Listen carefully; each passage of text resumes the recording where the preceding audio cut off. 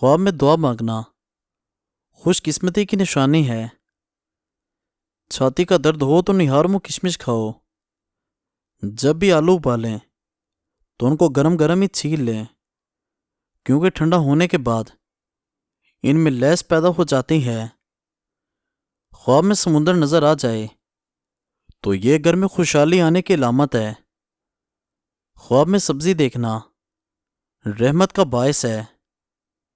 خاموشی سے تباہ کرنے والی چیز بہت کم سونا، بہت زیادہ ادویات استعمال کرنا، زیادہ منفی سوچ رکھنا، موبائل کا زیادہ استعمال کرنا۔ مزید اچھی ویڈیوز کے لیے ہمارے چینل کو سبسکرائب کر دیں اور بیل آئیکن کو ضرور دبا دیں۔ شکریہ۔